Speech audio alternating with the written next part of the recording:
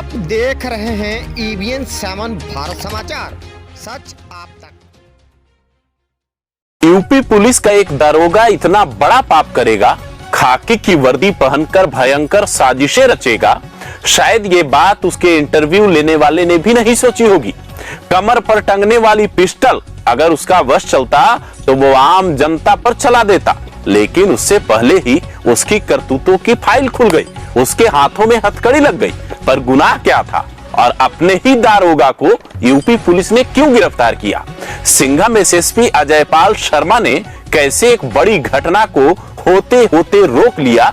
ये सब आपको गौर से इसलिए भी सुनना होगा क्योंकि आपका बेटा, पोता, बेटी या परिवार से कोई भी पुलिस में है तो उससे क्या करवाना है और क्या नहीं, ये बात आप समझ सके। मरून रंग की शर्ट में बॉडी बिल्डर से दिख रहे दारोगा का नाम है राजेश यादव।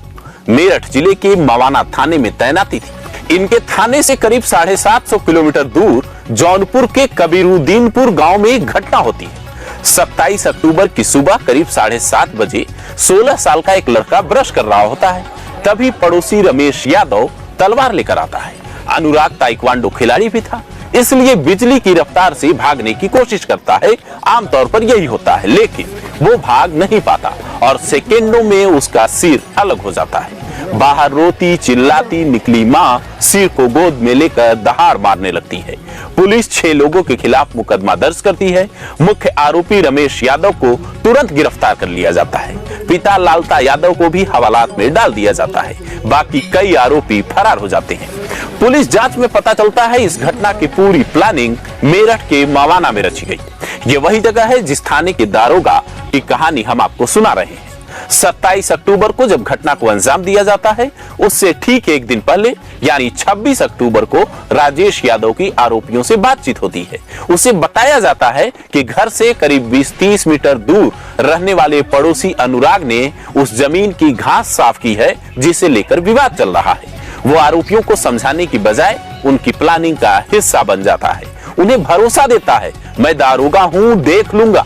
यहाँ तक कि घटना को अंजाम देने के बाद भी वो आरोपियों से बातचीत करता है। कॉल रिकॉर्डिंग खंगालने पर पुलिस को जैसे ही ये बात पता चलती है, वो राजेश यादव को पूछताछ के लिए बुलाती है। उसकी कॉल रिकॉर्ड उसके सामने रखी जाती है, जहां वो दारोगा वाला दिमाग फिर से लगा देता है। रिश्तों का हवाला देता है, कहता है लालता यादव मेरे पिता है, मुख्य आरोपी रमेश मेरा भाई है। घर पर तो लोग बातचीत करते ही हैं, लेकिन उससे पूछताछ कर रहे एसएचओ साहब उसके बाद कुछ ऐसा दिखाते हैं कि उसकी सारी चालाकी धरी की धरी रह जाती है और उसे उसी वक्त गिरफ्तार कर लिया जाता है। और उसके बाद खुलती है उसकी असली कलई।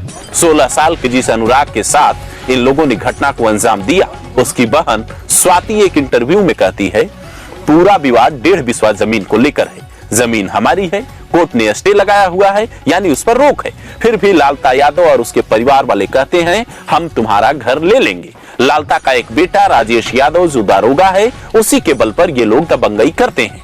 उन्हें लगता है हमारा बेटा दारोगा है, चाहे तो पूरे गांव को रौंद दे, लेकिन हम लोग अपनी जमीन नहीं छोड़ सकते।